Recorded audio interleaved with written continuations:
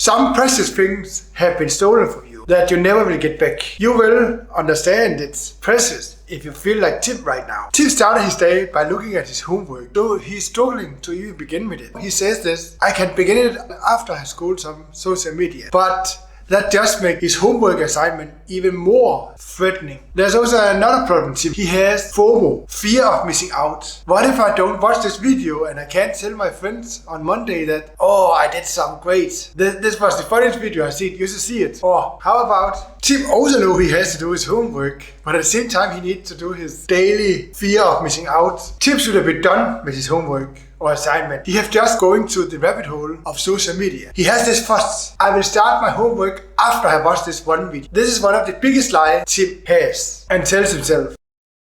As he keeps looking at social media, it gets late. His excuses are always, I will do X before I do Y. I will do Y, which is his homework. But the problem is they keep repeating in a vicious cycle all the time. This vicious formula, fun one, because he watch more videos and social media and get more stressed. I have to do this more homework, but I really don't want to do it. Tim is thinking, I'm sitting here and can't find the motivation to do anything. He's spending so much from watching all these short videos. Now he needs to focus on his assignment. The deadline is soon and he has kept avoiding this forever. Well, it's not Tim's fault that he didn't do his homework, because some organization have making him watching all these videos all the time. They actually forced him to watch it. Or at least make his unconscious watch it. All these platforms, social media and other stuff, TikTok, Twitter, YouTube even, have stopped him from doing his homework, because then there come another interesting video, then another, and then another. Who is this organization that keeps him from doing his homework and other important stuff? Well, it's the corporation that is keeping him on these social media platforms. The more they can keep Tim and other people on the platform, the more money they will make. So they're just feeling like,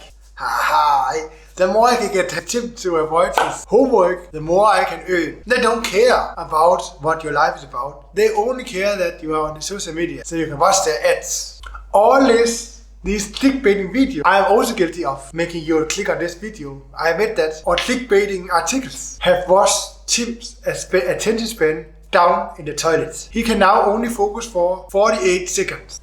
So when Tim is finally doing his reading on his paper, he has to read it several times again, because these organizations have stolen so much of Tim's attention span that he has to do that again and again. So the reason he has been rereading this again and again is because Tim has been looking at social media and shorts videos. The question is there still hope for Tim? Will he be stopped not doing his focus work and only have an attention span of maximum 47 seconds? No, there is still hope for Tim, but it will be hard for him to steal his own attention span again back from these corporations. What can Tim do? When Tim discovered that these corporations had stolen his attention span, Tim finds useful information about how he can capture his attention span again. He can now detach himself from these platforms and do the homework or assignment first thing in the morning. Tim is happier and enjoys life more. Even enjoys the slow pacing thing, like walking and listening to birds and such. He doesn't get stressed from not doing his homework, because now he just do the homework. It wasn't easy for Tim to come at this point. In fact, it was hard to recapture his attention span. In the end, Tim did reach his attention span. What did Tim do to improve his attention span?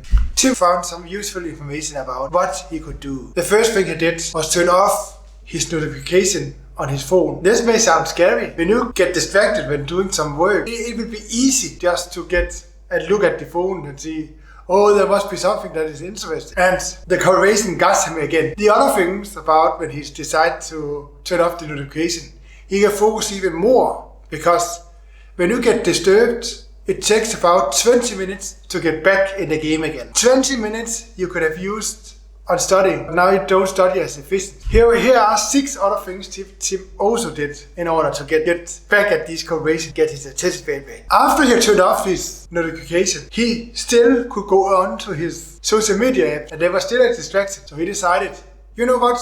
I will delete it. Tim was over the app of TikTok. His finger was just like this. He was scared and thinking, what if I was missing something out? Then he did it. He deleted all the social media apps. Tim was thinking, okay, I can always create a social media app on the computer. Tim has restricted himself from using social media apps, but hasn't totally quit them. Because of deleting his social media app on his phone and restrict yourself, he could now focus on other things, such as eating more healthy. And the other things he could do to increase his attention span was watching long videos. That was at least for 1 hour. Even if they just were a podcast, the other things Tim did in order to get more of his work done was using the Pomodoro technique. Basically where you focus for 25 minutes, then you take a break for 5 minutes. But what Tim did was a little more extreme with the Pomodoro. He put his Pomodoro on 45 minutes and only focus on the task, only focus on studying. This led him to be more productive because he didn't need to read the same page again and again. And Tim also went outside and just were walking and enjoying the sunset. He was listening to birds. This made his mind more relaxed. And the last part he did in order to get his attention span back was prioritize his sleep. He would at least get 7 hours of sleep.